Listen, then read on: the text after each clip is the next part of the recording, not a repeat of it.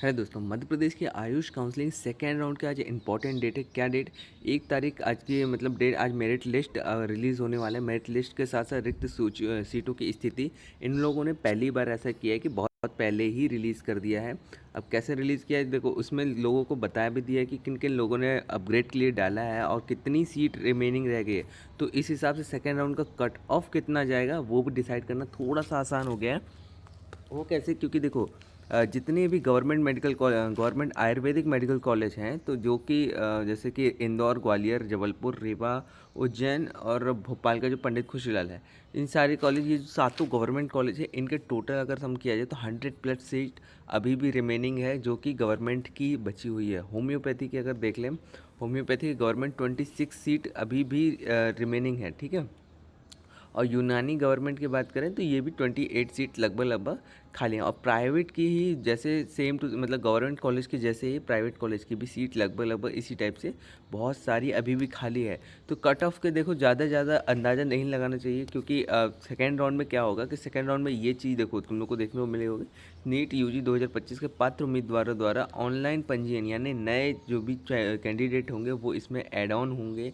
उन्होंने भी choice filling कराई होगी। तो जो पहले अपने पास लिस्ट थी, कैंडिडेट की लिस्ट लगभग बहुत लंबी थी, इसमें रिलीज़ की हुई थी कि जितने लोगों ने वहाँ पे पार्टिसिपेट करने वाले थे, जैसे ये मेरिट लिस्ट थी देखो, इस मेरिट लिस्ट के हिसाब से अब ये लिस्ट बहुत लंबी थी। अब इस लंबी लिस्ट के हिसाब से ही देखो 6,314 लोगों ने पार्टिसिपेट किया हुआ था। अब यही चीज़ बढ़ के हो सकता है 7,000 हो सकता है 8,000 हो जाए। लास्ट ईयर लगभग सेकेंड राउंड में बच्चे लगभग 16 से 1700 एक्स्ट्रा ऐड हुए थे, अच्छे नंबरों वाले जिनको पार्टिसिपेट करना था, और उन्होंने फिर जाके एडमिशन भी लिया। तो जो कम नंबर वाले बच्चे होते हैं उनके चांसेस फिर धीरे धीरे कम हो जाते हैं। ये एमपी आयुष ने नए रजिस्ट्रेशन खोल दिए। बहुत सारे स्टेट्स में नए रजिस्ट्रेशन ओपन नहीं होते हैं, उनको डायरेक्ट फिर लास्ट राउंड में ही ओपन रजिस्ट्रेशन करने को दिया जाता है, जो कि फर्स्ट राउंड सेकेंड राउंड होते हैं। तो जो कैंडिडेट बाहर वाले हैं वो ज़रूर कमेंट करके बता देना कि भैया हाँ, आपके स्टेट में ऐसा होता है, लेकिन मध्य प्रदेश में हर राउंड में आपको करने को मिल रहा है। हाँ, और उनके लिए कमेंट बॉक्स में लिंक मैं हमेशा से बताते आया हूँ, जिनके कम नंबर या फिर दिक्कत जा रही है एडमिशन में, बहुत सारे लोग अनक्वालिफाई हैं, वो मुझे मैसेज कर रहे हैं। तो उनके लिए भी कुछ चांसेस होते हैं कि लास्ट टाइम में कट ऑफ डिक्रीज़ होता है। तो बहुत सारी चीज़ें होती है जो कि मैटर करती है आपके एडमिशन को लेके। तो कमेंट बॉक्स में वो पिन है, लिंक पिन है, उसको जाके फिल करने में बिल्कुल संकोच नहीं करना, कर देना। दूसरी इंपॉर्टेंट बात मैं क्या बता रहा हूँ कि जितने भी लोगों ने ऑफर अपग्रेडेशन किया है उनकी जो लिस्ट प्रोवाइड की गई है, वो एम पी आयुष ने लिस्ट यहीं कहीं थी ये। देखो बहुत सारे लोग ऐसे हैं कि देखो 19 कॉमन रैंक 19, अब यहाँ पे उनको गवर्नमेंट अष्टांग इंदौर अलॉट हो चुका है। अब इंदौर अलॉट होने के बाद इन्होंने गवर्नमेंट, मेरे हिसाब से ये पंडित खुशीलाल के लिए जाना चाह रही हैं अलॉटेड इंस्टीट्यूट, क्योंकि बहुत सारे इंदौर के हैं। अब किस किस कॉलेज में कितनी कितनी सीट्स बची है वो भी देखो।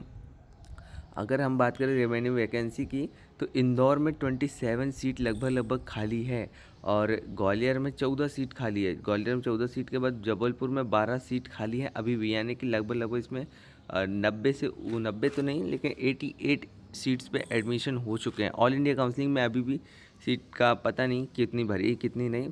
और रीवा के लिए 14 सीट बची हुई है। और सबसे ज़्यादा उज्जैन नहीं, सबसे ज़्यादा इंदौर में 27 सीट्स बची हुई है, क्योंकि जितने लोगों को इंदौर अलॉट हुआ है सभी ने पंडित खुशीलाल के लिए डाला हुआ है। उज्जैन वाले भी सेम टू सेम, इसलिए उज्जैन और इंदौर की सीट्स ज़्यादा दिख रही है। ये मत सोच लेना कि इस कॉलेज की सीट्स इतनी रिमेनिंग क्यों रहेगी, क्योंकि अच्छा कॉलेज होने के बाद भी इतनी सीट्स रिमेनिंग रह गई है।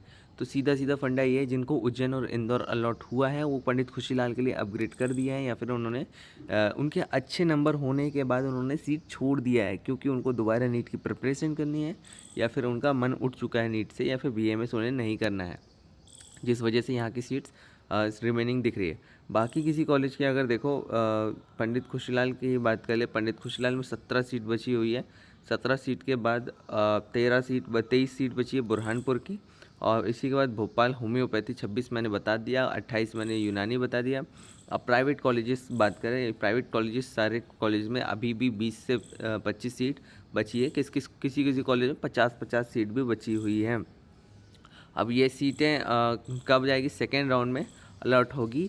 सेकेंड राउंड में अलॉट होने के बाद यहाँ पे सीटें भरने के बहुत भारी चांसेस हैं, क्योंकि फर्स्ट राउंड में लोग अपग्रेड कर देते हैं बहुत सारे, इसलिए सीट नहीं बचती। लेकिन फिर भी मैं अगर तुमको शॉकिंग बात बताऊं जो तुमको थोड़ा सा यकीन करना ज़रूरी है, ये है अपग्रेड करने की लिस्ट। अपग्रेड करने की लिस्ट में अगर देखा जाए टोटल 1452 लोगों ने अपग्रेड किया हुआ है, यानी 1500 लगभग लोगों ने अपग्रेड पे टिक किया हुआ है। यानी इनको सीट लगभग लगभग चाहिए, 1500 पूरे ना मानो तो तुमको 1000 सीट तो मान ही लो। बाकी जितने सीटें लगभग लगभग वो भर चुकी हैं, और कुछ सीटें होंगी जो कि कुछ नहीं, लगभग हर कॉलेज की 10 to 20% सीट वो CLC राउंड के लिए जाएगी, कॉलेज लेवल एडमिशन के लिए जाने वाली है। वो 100% गारंटी है मेरी कि वो लास्ट तक जाएगी। और स्टेट वैकेंसी राउंड के कई राउंड चलने वाले हैं, 2 से 3 राउंड, क्योंकि बहुत सारी सीट्स CLC राउंड में जाने वाली है। अब ये चीज़ें आज देखो क्या होगा, आज मेरिट लिस्ट आएगी तो पता चल जाएगा सेकेंड राउंड में कितने लोगों ने नए रजिस्ट्रेशन कराए हुए हैं, कितने लोगों ने नए चॉइस फिलिंग का, मतलब कि कितने लोगों ने नए डॉक्यूमेंट वेरीफाई करवाए। कई लोग ऐसे थे जो कि राउंड 1 में रजिस्ट्रेशन तो करवा ली लेकिन डॉक्यूमेंट वेरीफाई नहीं करवाए थे, न जाने कि हो सकता है उनको आयुष का काउंसलिंग का सिस्टम नहीं समझ में आया था इस वजह से। बाकी तो सारी चीज़ें ठीक है। अभी तक जिसने जिसने चैनल को सब्सक्राइब नहीं किया तो प्लीज़ सब्सक्राइब कर लेना ऐसे इंपॉर्टेंट जानकारी के लिए। बाकी तो मिलते रहेंगे, तब तक के लिए take care and bye bye.